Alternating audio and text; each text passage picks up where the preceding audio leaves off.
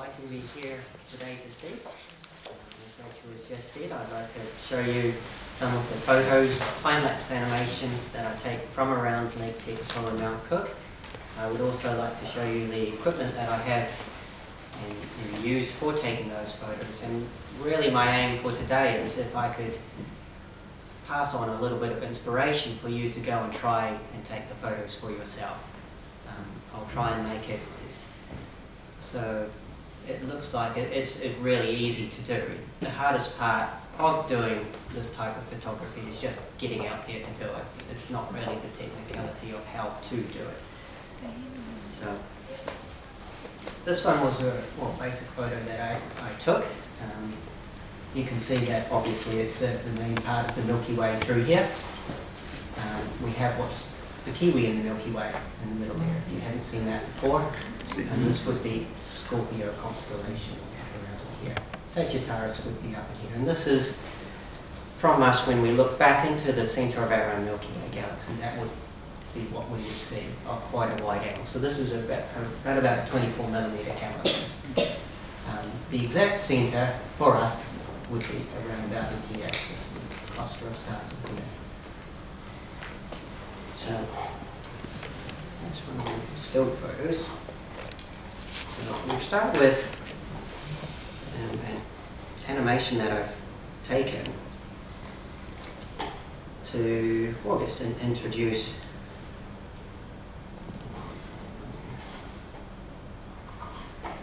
exactly what I'm up to.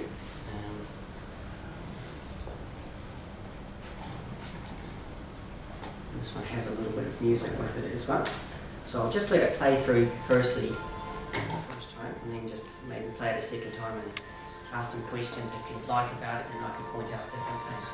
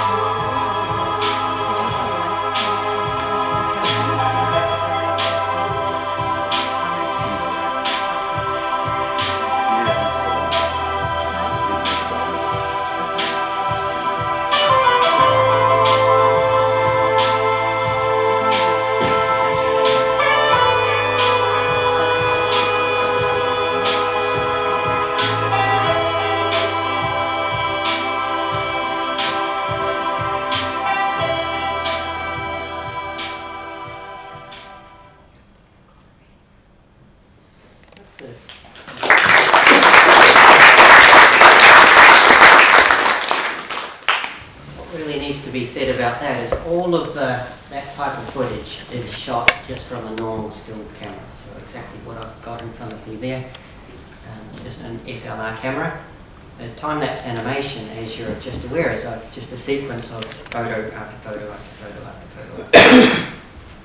At the moment, at night time, video cameras just don't gather enough light to be able to do this kind of thing. So we need to be able to take a timed exposure and then put that timed exposure into a sequence of photos.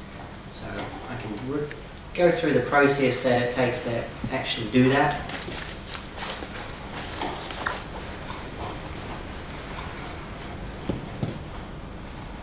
So this is one of the programs that I use, as you can see, Adobe Lightroom 2, where I would have, I've set my camera up, I've chosen the angle that I like and the exposure and things like that.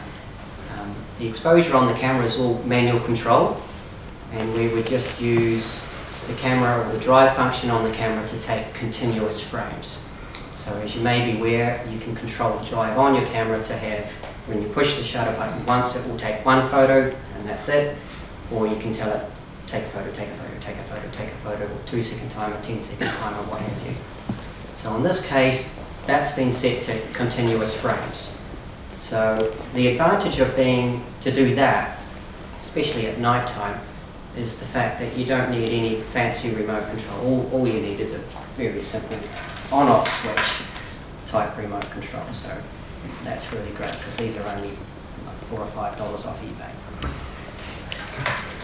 So you would set the manual exposure that you want, and then yeah, hit go, and that would just photo after photo. The only contributing, or how shorter your animation would be, or when the camera would stop, would be when you ran out of memory card space, you ran out of battery or something like, or you switched it off.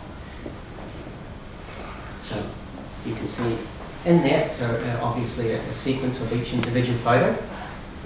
For myself, each individual photo is shot on the full-size RAW format. The only reason that I really do that is to get the best quality picture that I can work with. And also I've noticed that my particular camera gets more camera noise if I shoot in JPEG, which really I can't explain to you, because when you take a photo, your camera will record it in the full-size format and then change it down to the size that you've told your camera to do. So there is an extra process in there, but that extra process shouldn't have added any camera noise to the image. But for some reason my camera doesn't. So I shoot everything in RAW. Sadly for my hard drive space, that uses that up incredibly quickly. So the first step is just to import the photos into the computer, and you can see the sequence of different photos in there.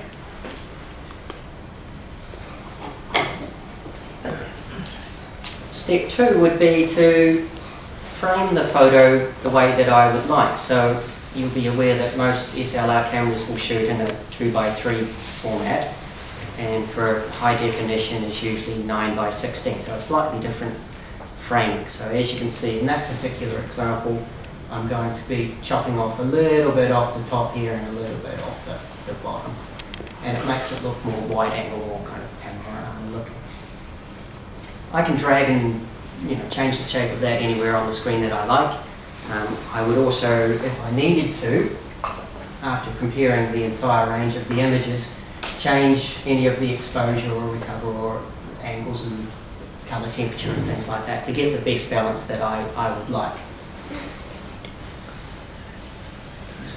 So that's each shot individually, or is it going to apply the changes to the entire sequence? It will apply the changes to the entire sequence. So that was this frame here where you would batch process the entire range. So you select one, you put one in the middle or anywhere you liked in the animation, and get that right, and then batch process it for the whole lot.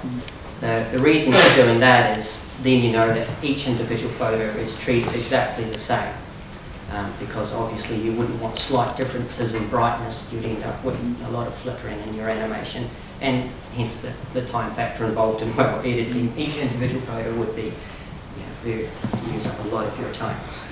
So it makes no difference what time of the night? What time of the night won't change the brightness too much, as long as there isn't a hugely bright aurora or some kind of artificial light comes along and illuminates something in the scene.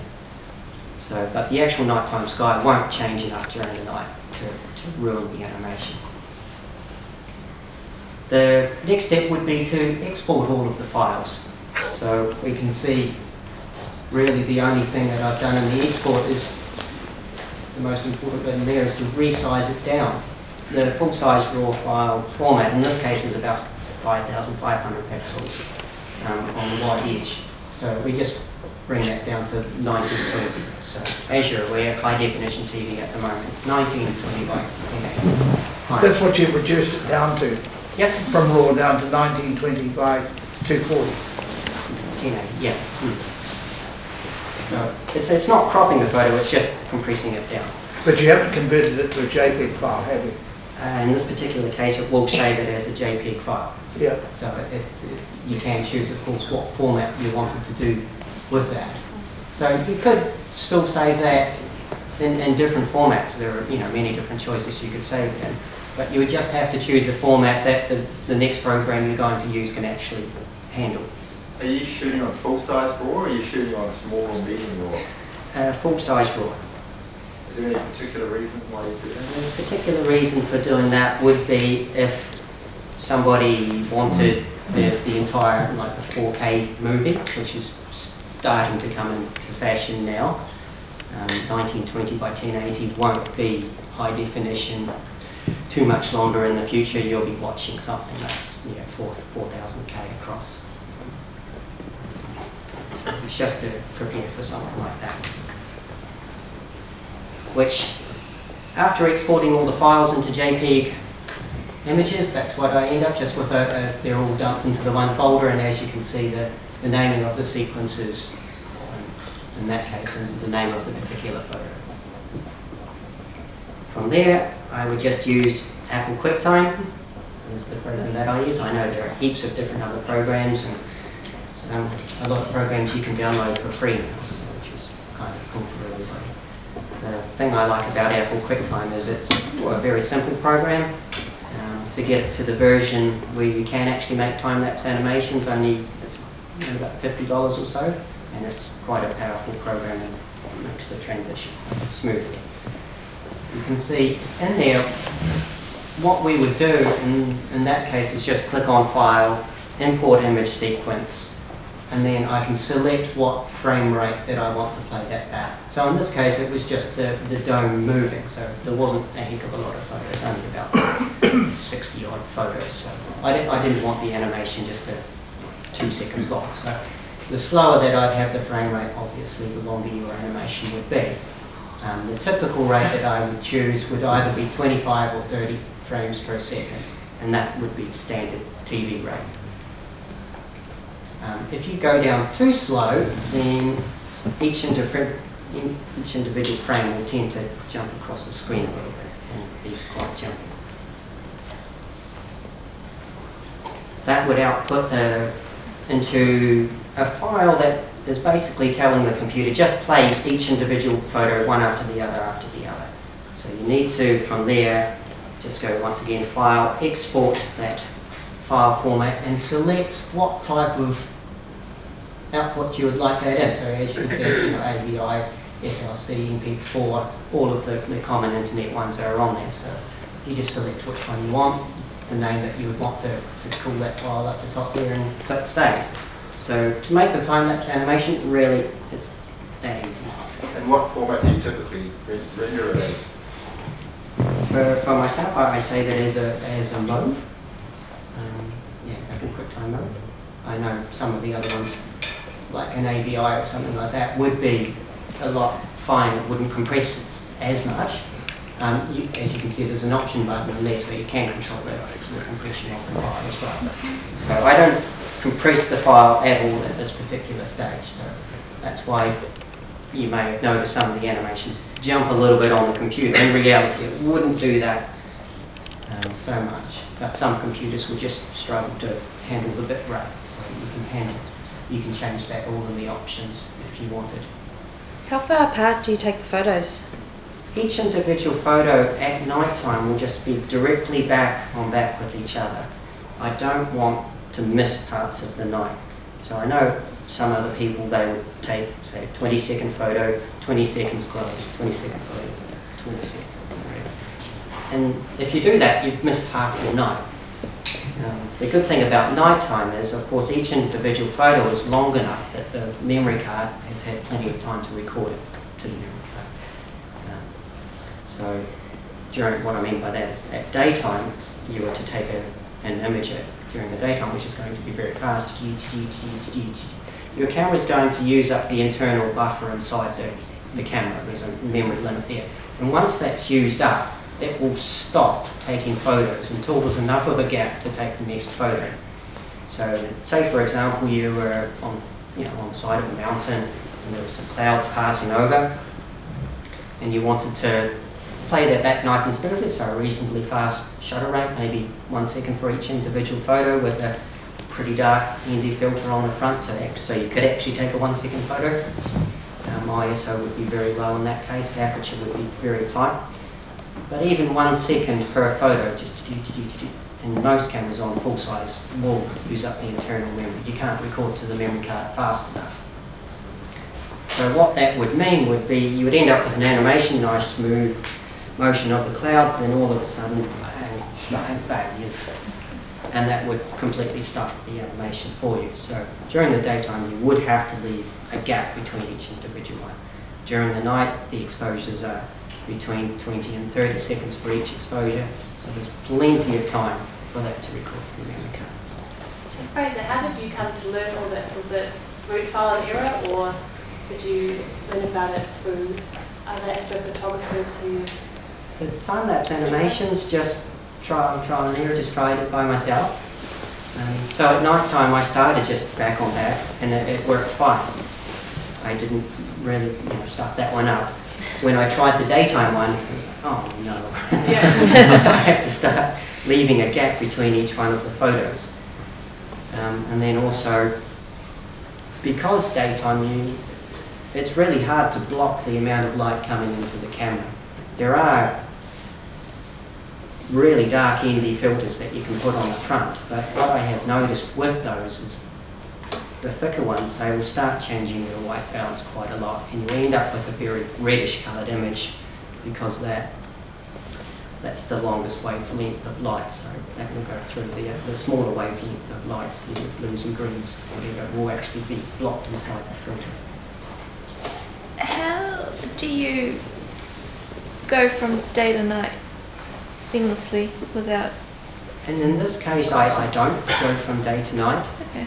The reason why, I'll show heaps of other animations later on and can explain about that. It will look blue right at the start of the animation. With your eye it would be getting pretty dark, but because of the timed exposure, the camera gathers a lot more light than you would see with your eye. So it does kind of look like daytime, but very quickly it would appear to fade into nighttime. But in reality it's only that final setting of the sun, and with your eye it would have practically been already dark before you started.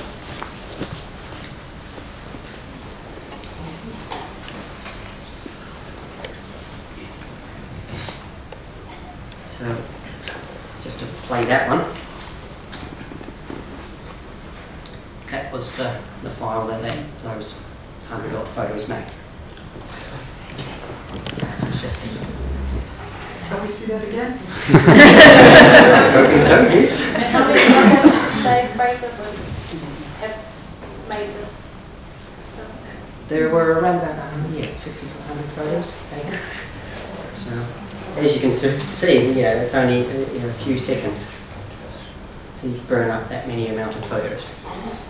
So if you want an animation, say for example for 1 minute long, you're at 25 frames per second, you're going to have to be taking around about 1,500 odd photos.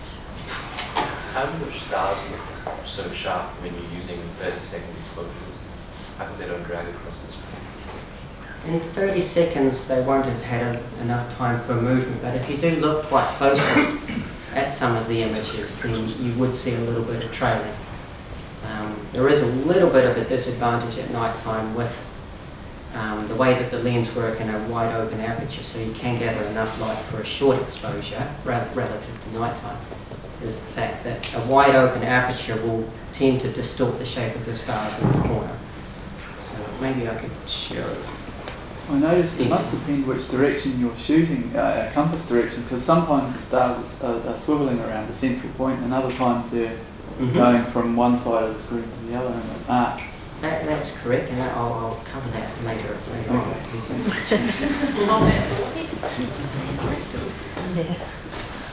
Just playing one of those. So if we have, I don't know if you can really see that on there, but there's the shape of the stars in the corner compared to the shape of the stars in the middle. I'm hoping it's not a lot, because obviously that's not good and that's not what we want. But generally speaking, if you've got your aperture wide open, you would notice almost sometimes like little wee crosses, or you'd notice colour fringing around the stars. And then as they rotate it into the middle, or in this case they're going to move up this way,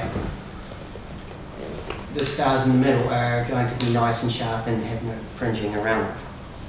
So what's an aperture opening? What aperture are you using?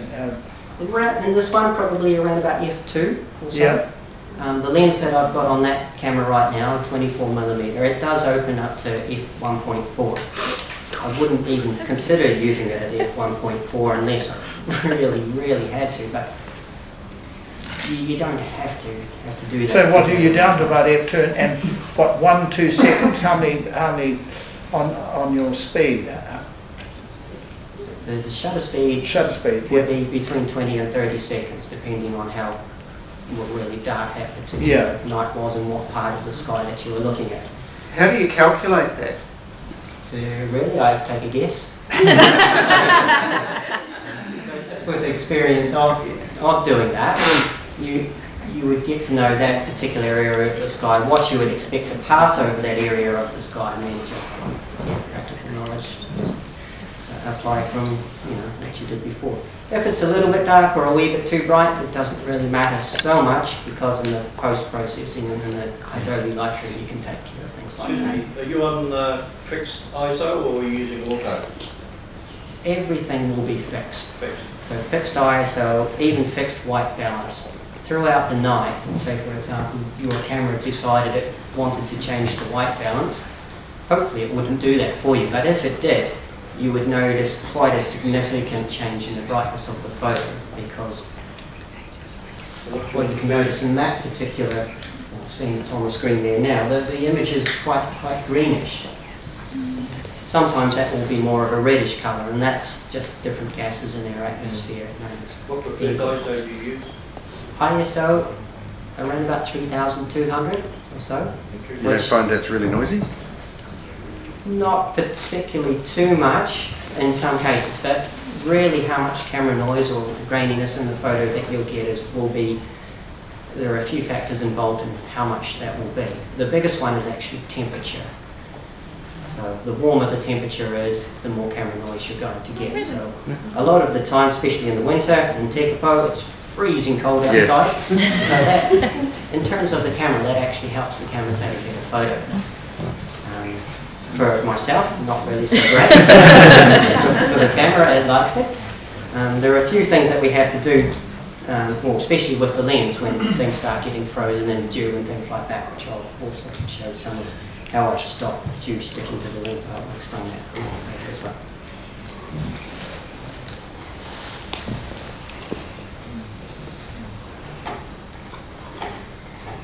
Do you stay awake for your time lapses? Once you've set the camera up, not really, no. I would set, I'd have a tent or a sleeping bag, bivy bag, whatever, wherever I was. If I was close to home in the area that I set my camera up, I considered more reasonably safe to leave the camera. I could just leave it there and go home and pick it up in the morning. But if you're on top of you've walked up the top of a mountain, I'm not going to climb back down the mountain and walk back up in the morning. I would just sleep in a bivy bag or what have you. So sometimes a heck of a lot of effort to do that. And of course, maybe some of you are already trampers. You're used to carrying your sleeping bag and tent and food for the night. You carry that up the mountain, but when you add a tripod, really 2 tripods and a couple of cameras, which that by itself isn't so bad, but then you have to power supply, the power supply for the dew strap and all of that, suddenly your weight level goes up, and yeah, you're probably looking at 20, 25 kgs worth of gear to carry up the mountains. So, yeah, it's quite tough. And Fraser, when we were chatting earlier, you mentioned that you've been interested or actually practicing astrophotography for about 7 years. Correct, Is that right? yeah. Yeah. When did this all begin? When did you become interested? Almost instantly when I moved to Tekapo, which was 1999. I moved to Tekapo for work, really. And then having such a beautiful nighttime sky and beautiful scene. At that particular time I was taking wildlife photos, scenery photos and things like that. But wow, what a beautiful nighttime sky that we've got. Let's try and take a photo of that. So with the cameras that I had at that particular time, it was actually kind of very difficult to take photos, and there were lots of photos that, I don't know, weren't that great. Of course, all trial and error. So I would take a photo, probably the ones that started were taking a photo of the Church of the Good Shepherd and the stars behind it. And then obviously you have to look on the back of the screen of the camera, and too dark, so obviously there are a few options that you can do. Put the ISO up, you can make the exposure longer, you can make the aperture wider. Until you start running out of options where your lens was already wide open, you're already on the maximum ISO for the camera at that particular time, and you still weren't gathering enough, so start making the exposure longer, and then longer and longer and longer until somebody mentioned earlier on there, you start noticing little star trails in your photo, which really, I must say, was the first time in my life that I started taking a lot of notice of the nighttime sky, and track, it's actually moving. I know that sounds very silly and kind of naive, but for a lot of people you don't really consider that, because why would you? Of course I was aware the moon moved across the sky, the sun moves across the sky, but the stars, they moved as well. So, that's why, of course, we need to start using equipment like this.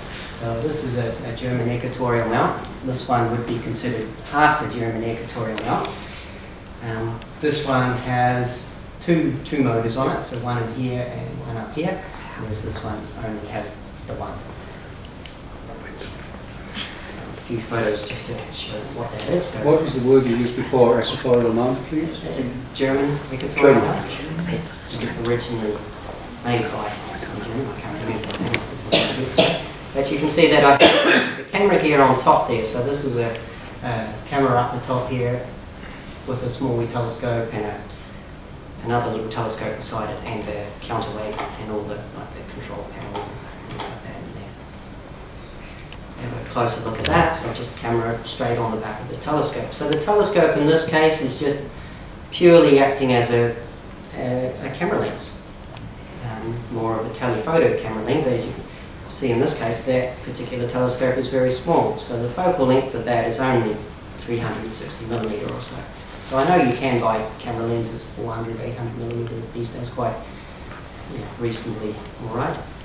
But the advantage of doing it through a telescope is the fact that it's really made for nighttime images. Camera lenses are great for during the daytime, and wildlife, scenery photos and things like that, but at night time, slightly different coatings on the lenses, slightly different glass, and you're paying for a lot of extra things that really at night time you don't need. You don't have aperture control on telescopes, you don't have automatic focus. The good thing about telescopes, and as you can see in this case, in this part, is a very fine focusing system. Focusing a telephoto lens, as you're aware, you just rotate the focus on the lens. In and out of focus is maybe 0.5 millimeter. So to actually get that pinpoint with a telephoto lens is difficult, whereas this system, you rotate that all the way around, or a microfocus on the other side, you rotate that 9 times around for this to turn around once, only makes a change of fractions of a millimeter. So you can set that up, pinpoint focus quite easily, just using point it at a bright star, turn the live view on the back of the camera, and then line that up and get the focus so that's looking very sharp. From that point, once you're focused on a star, you can point anywhere in the nighttime sky. The only reason that your focus would change is throughout the night the temperature will drop and the actual shape of the telescope will change enough that you would probably want to start changing the temperature, but only after about 5 degrees temperature change or so.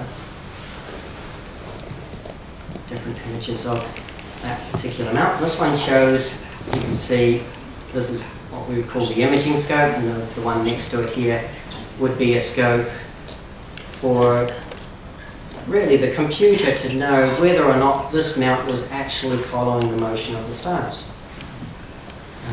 Of course, this mount does need to be aligned to a special point in space, which I'll show you that later, and the difficulty that we have about that. But as you can see, there's nothing optical on the actual mount itself to check to make sure that it's following the stars. So that's what this one will do. This one here, that's a tiny little camera on the back. It will take an image anywhere from 1 second to 10 seconds long. It will send that back to the computer would pick out, or you would pick a star, the next image would come in, and then the computer would realise, hey, hopefully it's in the same place, which it should be, but if it's not, it can tell the motors on here, sort of up, down, left, right, what have you, to move it back into the correct place. So this is known as an auto-guiding system. Really the hand paddle and the motor control box, if you're interested in that. At night time, to stop you sticking to a telescope or for a camera lens, you start using a heat controller. In this case, that's the heat controller. The other half of that goes around the actual telescope, and that's these ones here. Just goes around, it has a little heater coil inside it. So there are a couple of types of controllers. This particular controller will just send pulses of a certain voltage through the resistant coil. So that's actually a lot better because it will save a lot of battery. This one, slightly older system, when you change the rheostat on that, will just adjust the voltage, which, well, it's very simple, but uses up the battery a lot more quickly. Just a couple of images to show that, that I am in fact using just a normal SLR camera. That one's the Canon 7D. The actual camera on the back wouldn't really make too much difference. There are only a few things that we need to be able to do. On that one there you can see that it's set to B, or bold. Some cameras won't have a direct B on the dial, but you should, if your camera has it, you'll be able to access that through the manual. So you would click it onto manual and then change the exposure using either the dial on the top or the dial on the back, depending on which model of camera. Change that to bulb, you would change your ISO, and you would plug into a remote control into the side of the camera to control the exposure time. So Fraser, that's connected directly to the telescope. It's not a lens, it's just the body of the camera with a converter connected direct. So you've got or is it a big lens that you've got there? You could consider that a big lens, or for a telescope, it's really a tiny telescope. Yeah. But yeah, it's just sitting on top of the tracking mount. But they're not fixed there. You can take those off and swap them around. So what's on the other side? Is that a sighting? A sighting scope. You've got the you've got it on the other side of the camera on the previous picture. Yeah. Well, this is the same telescope here. Yeah. What's that? Is a sighting scope? This one here is used for, as I was just explaining, to make sure the mount is in fact following the motion of the stars. So there are, in reality, two cameras. One to take the actual image, which will take a longer exposure. Probably the shortest exposures you would take would be 1 minute. The longest exposures, 15 minutes or so for each one. Yeah. This one would take an image every 1 to 10 seconds, whatever you set it to. You try and keep that as short as possible, because if there was any slight wobble of the mount or anything like that, you want to correct it as soon as possible. So that's plugged directly into the computer. The cables would go into the computer, not straight into the mount. So when I set that up, as you can see, that's just up on my balcony in Tekapo. I'm very lucky that in Tekapo that I can set it up directly right there, and I don't get enough light pollution around me to prevent me from taking the images that I want. They will plug straight into the computer, and I can control from that point the entire system from inside the house. Have you got a special program which allows you to do that? Yes, many programs available now, and heaps and heaps of programs. So some of them are for free as well, freeware. You can do that. So you aim to track a star at that point using this these motors to swivel the camera? That's correct. Yeah, that will follow the motion of the stars. So this one here, really just to show what I would call the, a slightly bigger telescope. In this case, it's a 9 1/4 inch celestron telescope. This one's a reflecting telescope. So the light from the stars would come in through the opening in here, bounce off the big mirror on the back here, up into a secondary mirror, and then back down through the hole in this camera adapter on the back here. This is Celestron. That one is, yeah. HDH. Just to have a look at that, the actual back of the telescope, that's, if you had an eyepiece, that's where the eyepiece would go. But to attach a camera to the back of the telescope, all you need is just the bayonet fitting for your particular camera. So for my Canon cameras, I have a Canon bayonet fitting. So you can buy whatever manufacturer that you have. They're all available in a little T-ring which will go on a holder on the back. And as you can see, it's just a hollow tube. It's nothing so super special to be able to attach your camera to a telescope. It's very simple. Was this equipment quite easy to find? And really easy to find now. Astrophotography is a very popular pastime. Sadly, still it's reasonably expensive. But there are clubs, well, definitely the Auckland Society here that you can join. So if you can't afford your own telescope and you don't have any knowledge about that, then there are many clubs around the countryside that you can join, and then they will teach you how to take photos and what you're actually looking at and things like that. I know on our museum blog you mentioned that it is worth getting good quality equipment that will last you pretty much for your lifetime. And if you do, yes. Especially the optical equipment, camera lenses for example, as long as the camera manufacturer doesn't change the fitting between the body and the camera, which, well, Canon, they've been at least 30 or 40 years now since they changed the fitting on there, and they will probably stick with that fitting for a very long time. The body of the camera will change, and you wouldn't really want to spend heaps of money on the actual camera itself, because with the technology changing so quickly. An example of that is like 5-8 years ago maybe, I bought a $10,000 camera, which now the cheapest model of camera, the 1100D, has the higher resolution, better ISO, has live view, has all those things. So really, when you're considering to buy the actual body of the camera, you need to consider, well, what you're actually going to be using it for, of course. And are you going to make, if you're professionally trying to make money from your camera, are you going to be able to make that money back within 1 year? Because if you can't, then you shouldn't really bother buying that camera, because you'd just be spending extra money for no extra need. Canon recently brought out some cameras dedicated to photography. Is that something that you have, or something that can be an advantage to you? It would be something that I would consider. Canon have brought, as you said, a 60D-A. In reality, it's exactly the same as the 60D. The only difference being, as you're aware, inside the camera, in front of the sensor, there are filters.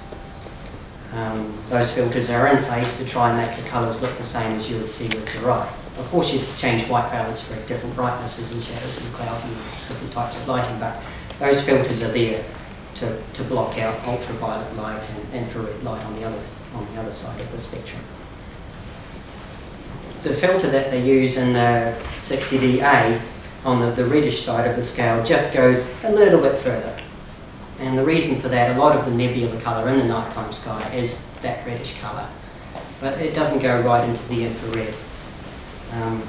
So yeah, there would be an advantage if you were taking the photo through a telescope looking at red coloured nebulas. You would have a major advantage, because if you didn't have that, basically what's happening, like for that one, the light is still coming into the camera, but the filter's just blocking it out, so it's just bouncing straight back out into space.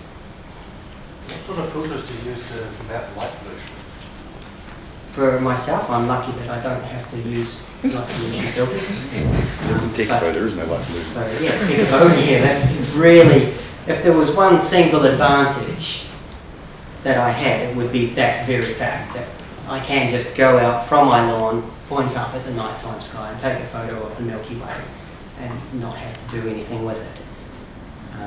So yeah, that's a privilege to be able to do that. Awareness of the nighttime sky is getting a lot more greater, because well, people are trying to take photos. If you set this up on like a street and try and take a photo of the nighttime sky here in Auckland, you would still get some stars in there, but you would notice that the sky would turn a reddish colour very quickly. Probably even within 10 seconds or so, you'd start almost burning your photo out.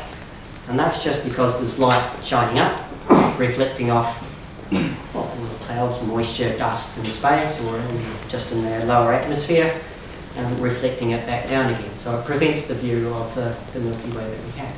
If for some reason there was a complete blackout and you were to go outside and look at it, you would probably still see the Milky Way. Some people would be very happy about that, others would be So that particular photo, this one, was just to demonstrate that the telescope sometimes is on the bottom and the counterweights are up the top, so it just rotates around. So in that case, the telescope would be pointing in an eastward direction. North would be in front of us here. Pointing straight up into the sky. Did you purchase your mount in New Zealand? Sorry? Did you purchase the mount in New Zealand?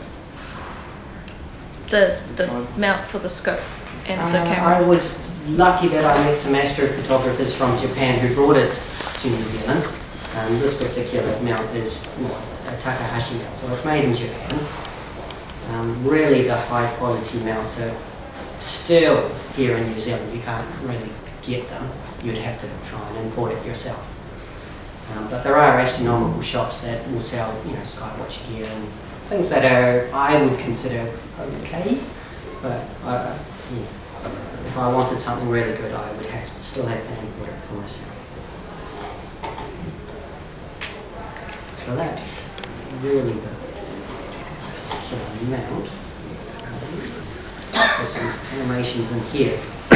We were talking about the nighttime sky rotating around in different motions of the stars. So we'll just stop that now and explain that photo. So as you can see, a circle.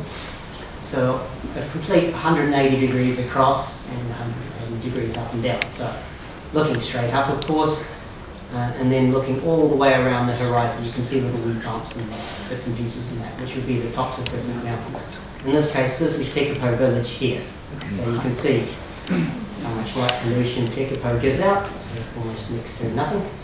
We have Mount John here, south would be about here, so east would be over here, north would be up the top. Mount Cook, if we could see it, would be over here somewhere, and looking directly west. Milky Way going through the middle, we have the Southern Cross in here, large and small clouds of Magellan, and Orion out over this side. We'll let that play through, and what I'd like you to consider is somewhere in there the stars are simply just rotating around a point. The rotation of the stars from our point of view is only because the Earth is rotating around on an axis, and the axis of the Earth is projected somewhere into outer space.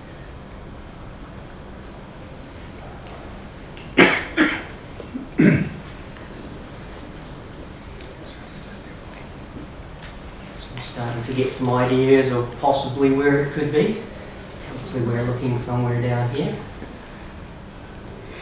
So to try and make it a little bit easier, the Southern Cross, we have another star out here called Pakana. If we chop that line in half, that would be around about where the rotation point would be. Yeah. So would that be where the planet's moving towards? Trying to get my head around the physics of it. Definitely not moving in that direction. No.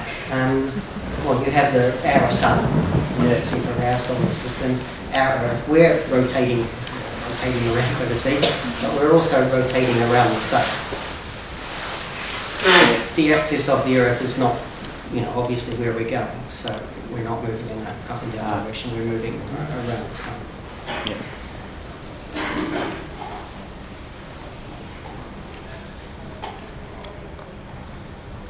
We're still using a fisheye lens, but not a circular fisheye lens. Looking south again, so we have the Southern Cross in here, the small, large cloud coming into frame up and around there. So hopefully we're starting to see somewhere in there. Will be the point of rotation. That point is known as the South Celestial Pole, and hopefully what's becoming quite obvious to you is the fact there are no bright stars in that region at all that we can see with our eye.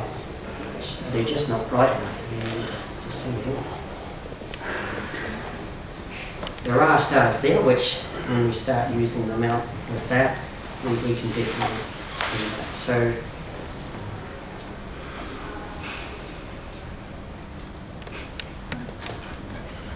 this would be just to demonstrate. You can see that the mount is rotating around. It's not perfectly in line with the camera, but you still see some movement in there. But in general, you can see that the mount is moving with the stars. So in this particular case, you can see that this mount is set up just with the bar on the top instead of having the telescope there. It's just got a bar, it's got camera ball joints. In this case, only one camera, it's got a telephoto lens on there with a remote control telling it to take whatever exposure it was.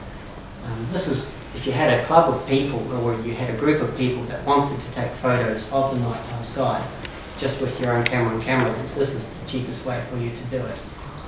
So you have some kind of a mount, a German equatorial mount, with the bar and camera lens, and align that up to the South Celestial Pole, which in this particular case would be almost directly behind you near somewhere.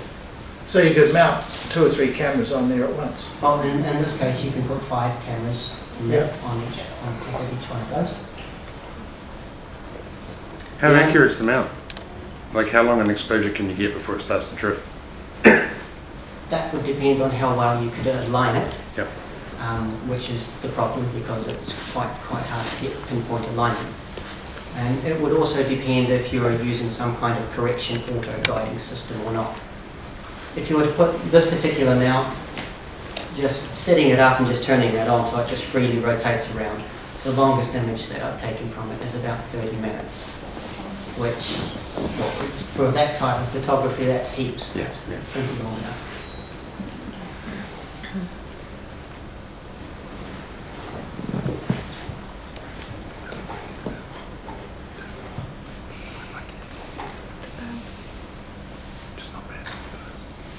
In this particular animation, what I've done is I've aligned the mount to the stars and I've put my camera on there, so it's rotating around. So the stars in reality are staying still and it's the Earth that's rotating around. This is the kind of the best example that I could do this standing on the planet. Of course, if I could get in a spaceship and look back at the Earth and watch it rotating around, if somebody wants to How did you get that effect? I mean, how did you do that? You get the telephoto down the bottom and a circle. How did you do that? The lens is a circular fisheye lens. Yeah. So maybe you're aware Sigma make a complete 180 degree lens. Yep.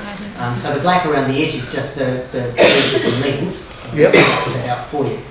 So yeah, as I said before, 180 degrees across, 180 degrees up and down.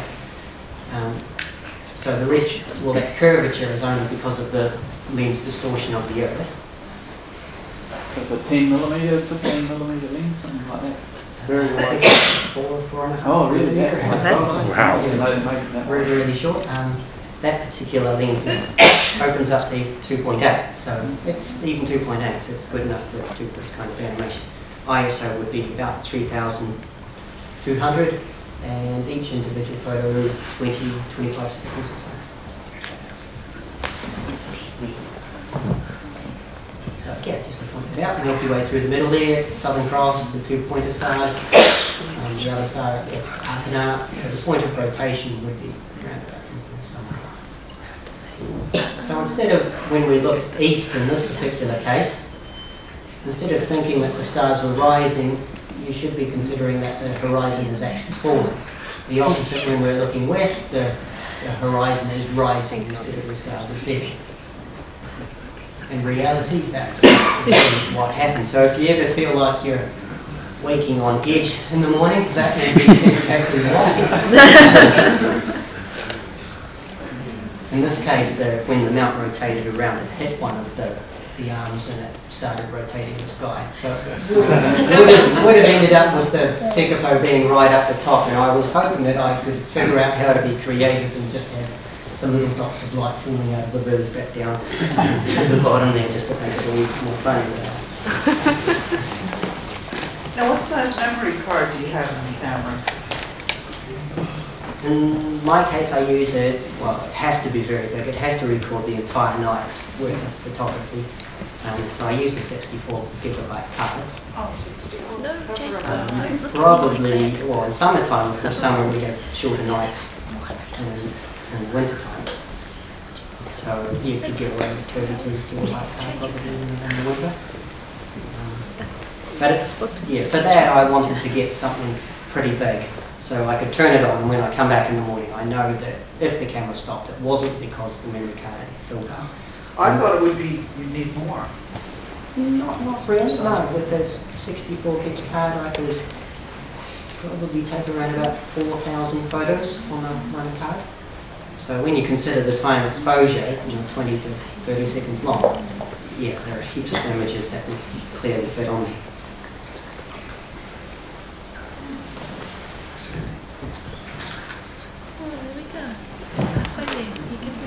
This one is the 1 meter telescope on Mount John. And that's one of the telescopes that it is the telescope that I use when I'm working for the university. The reason I wanted to show that animation was the fact that this is still just using a German equatorial mount. The only thing is it's pretty big. As you can see, yeah, 1 meter diameter mirror in here. It's still bouncing up to the secondary mirror and back down to a hole in the primary mirror.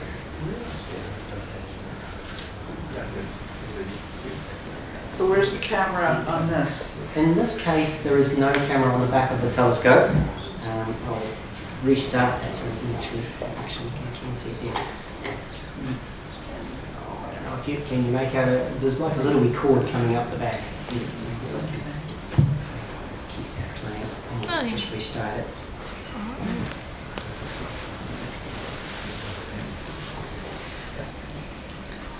We can see some cords, that particular cord in this case, going down there, and that's a fibre optic cable. The reason that we're using a fibre optic cable is just the fact that it's a very good means of transporting light, but without losing a heck of a lot of it. So we'd only end up with over 25 metre long fibre optic cable, less than 0.1%. So in this case, the light is coming down through the telescope, out into the fibre optic cable, into another room, which is a temperature controlled room, being shone into a pressure tank, just to try and keep everything absolutely perfectly consistent. And then, well, in reality, it's just shining through it. I'll call it a simple prism. A prism just breaks that light up into a spectrum of light, a rainbow of light, which projects along the pressure tank onto a sloping grid, which reflects some of it back, and a very, very precise camera will take an image of that. So the type of work that I'm doing there, I don't get to look at a pretty picture of a star, I don't get to nice nebulas and things like that. I'm just looking at the spectrum of the type of light coming from one particular star. This telescope, even though worldwide it's not a very big telescope, it's only 1 metre or so. And saying that, I can't somebody laugh there, that was, a big telescope now is 20 metres across or something. They are making like 8 metre mirrors. You can now from some astronomical shops buy 1 metre telescopes for your own personal use. So when this one was made, forget it, you wouldn't be able to do this. So So this telescope was made here in New Zealand in the Canterbury University workshop, which is why they took it out a bit. Yeah, so the entire system that they have on there, all homemade by the university. What do you actually do at the university? What's your job? My job is just the telescope controller or observer, or whatever you'd like to call it. I'm not the one doing the research, it goes straight over my head. So on a day-to-day basis, I make sure that the weather is actually okay to open up the dome, it's not too windy, the gear on the back of the telescope is put there correctly, I'm using the right programs on the computer, and in short, basically trying to get the purest data that I possibly can.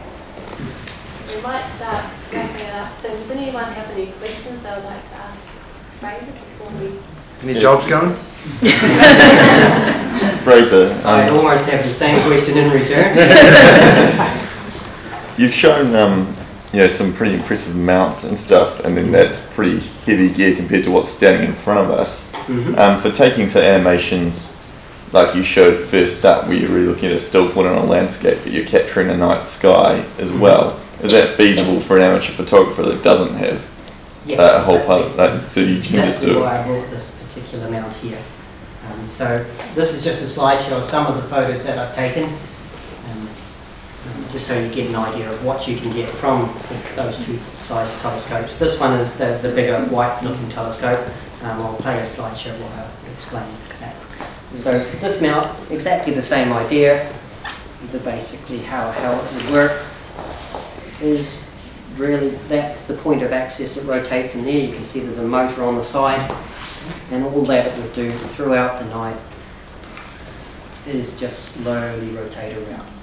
So the Earth makes 360 degrees worth of rotation in 23 hours, 56 minutes, and just over 4 seconds. So you notice that's not 24 hours. The 24 hours is for the sun to be in the same place in the daytime sky. So there requires a little extra bit of rotation to get the sun in the same place, because we're rotating around, if I'm the sun in that case, we're also rotating around the sun. So for that to work, for the sun to be in the same place, there needs to be a little bit extra rotation as it passes around the sun. Placing the star. So this mount works. This axis here, I need to be pointing at exactly at that point of rotation in the nighttime sky, the south celestial pole. And then there would be a motor controller that would go on the side of there, which really just has a couple of buttons on it. We can track the motion of the stars, the moon, the planets, and the sun. So they're all slightly different tracking rates. Just set that up, tell it that it's in the southern hemisphere so it knows which way to rotate.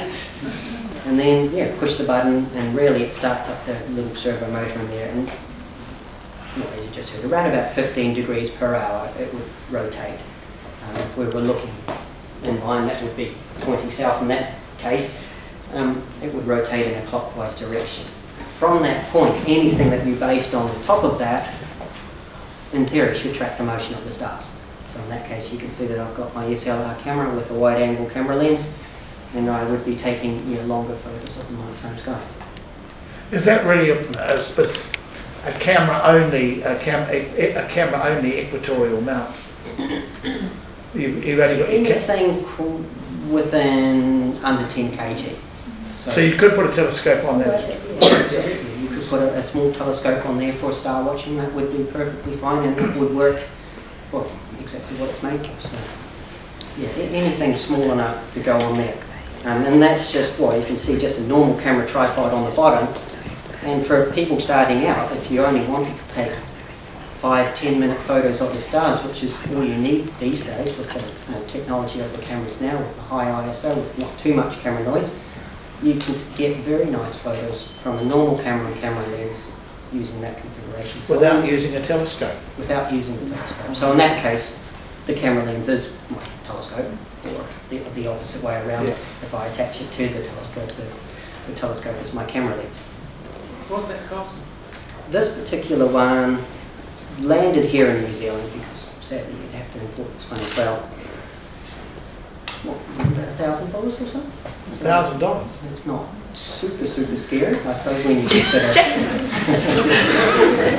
Well, the reason I say that is, well, some tracking mounts you're going to be paying $50,000 or so. In certain stores around the, online stores around the world, you can buy those directly online if you wanted to spend $50,000 to buy a mount. That's available for you. What's your mount that you showed us The Japanese one. The Japanese one, yeah. second hand, I paid $5,000 for that. But yeah, as I said, if you've got the really good gear, as long as maybe in time the servo motors will eventually wear out, but you can just replace the motors in that case. So it should last me the rest of my life. But it's an incredibly good mount. The most important part was to be able to very precisely hold quite a heavy telescope and precisely follow the motion of the stars. And that's the reason for getting that. But yeah, basically, you can start with that. The cool thing about this one is you can also just tilt it directly 90 degrees, and if you wanted to take the panning time-lapse animations during the daytime or nighttime, you could do that. So you'd set that up with the control at different speeds, rotating in whatever direction you want, and then you use the remote control to control the camera, and it would rotate around. What body do you shoot on at the moment? Sorry? What camera body do you shoot on? Well, that was a 5D, but I also have a 7D as well, all Canon gear. And which one do you prefer? Depends on really the angle that I want. If I want the wide angle, then the 5D has the advantage because it's a full frame camera. If it's the crop frame camera, basically what it does is just narrows your field of view. So if I want to zoom in on something, a small nebula or what have you, or during the day just on a bird or wildlife or what have you, then the crop frame camera is actually probably preferable. Fraser, what knowledge of astronomy do you need or use to find the stars that you've taken pictures of? Not a lot in that case. I'm more specific on taking the photos of the stars. So I do, of course, working for the university. I'm working around a whole heap of people that would be able to explain practically everything on the screen, exactly what it is, how far away it is, what it's made of, and all that kind of stuff. So for me, I concentrated on how to actually take a photo of it. Do you think that in New Zealand there is room for more commercial astronomical photographers? Sorry, that was a mouthful. In all honesty, it's very hard. I think in terms of photography, like say for example wedding photography, it would be very easy to make a decent living like that. Photos of the stars and this well, there are major observatories already doing the work, already incredible photos on there, freely available. Yeah, if you go online and you're into the NASA space photo of the day sort of thing, there is great stuff out there that's freely available. So to operate something like that and to sell these images, not really a super strong business in that case. But what is really good is being in a situation where you can teach people how to take photos of the nighttime sky. So, of course, lots of people travelling around, if you don't have a tracking mount, which, or as I found out, just that simple tracking mount already went over my bag limit on the plane. So it's yeah, if you're travelling overseas, it's quite difficult to bring all the gear with you. So yeah, providing a service for people to teach them how to take a photo, because plenty of people want to take photos of the stars, because it's always a much better feeling. My camera took the photo. Yes. So it's a much better photo when you take it yourself. So because of that, there's a good market in that case. Do you have a website? I have a website. Yeah. So either astrophotography.co.nz would be the main one. If you go to that website, then is that on there? Yes. It is on.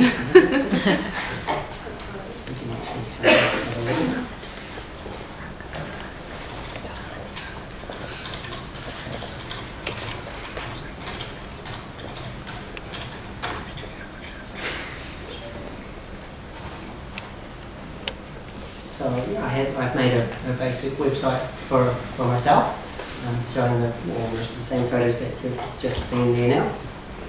On there, if you wanted to learn how to take star trail photos, for example, all the camera settings that you need and the advice on how to take photos like that exactly in there. With a few different examples and yeah, different lenses, what happens and looking in different directions. So yeah, the information is there if you want it. There are lots of other things on So it's just astrophotography.co.nz? Correct, yes. So yeah, if you were interested in finding exactly that point of rotation in the nighttime sky, the south celestial pole, an explanation of how to actually find that point. When you look through the polar finder on the scope, that would be just through that little white piece in there, looking up through it. That would be the field of view that you would generally get. So there's a sequence of stars in there. So we're looking for a point around about here. I'll play one more animation and if there are any sort of final questions, I think we all go for one more animation? I'd sit here all day. Question just in terms of anything spectacular that you shot outside of what we've been seeing, things you particularly proud of? Things that I particularly, or I'm lucky to be able to capture, one's of the aurora. Of course, that's a pretty hot topic at the moment. For the rest of this year and all of next year, we're in a solar maximum, so there's a pretty good chance of getting auroras in the nighttime sky.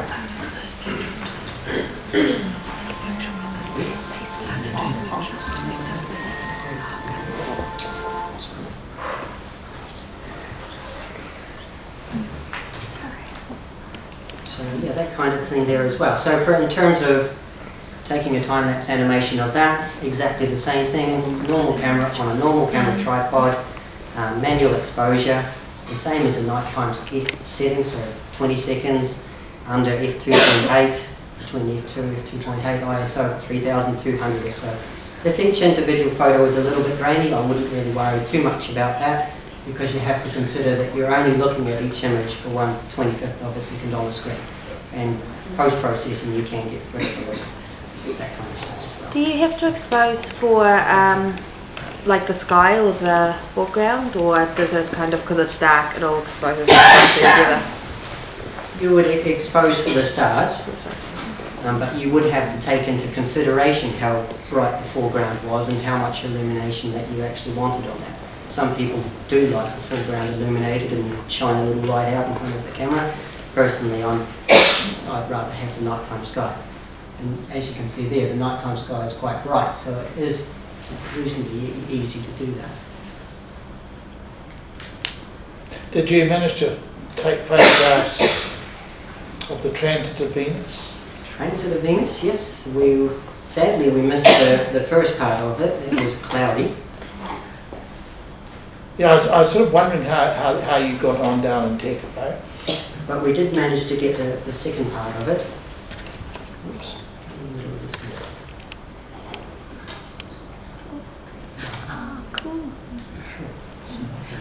I got a very similar photograph. So that one, well, really to take that animation, we're using that small black telescope, and it had a sun filter on the front of it. The sun filter, in that case, just blocks out a whole lot of light, so you don't see too much surface detail on the actual sun, as in the pumps and stuff like that. I got a very similar one to that, and then I got one later with cloud at the bottom as it was exiting. But I made up a special sun using that special minor film, the solar film. I made a whole thing up and put it on the lens hood, and it worked extremely well. Yes. Yeah, so minor film or glass filter, both will give you the same kind of image. Yes. Thank you very much for coming along.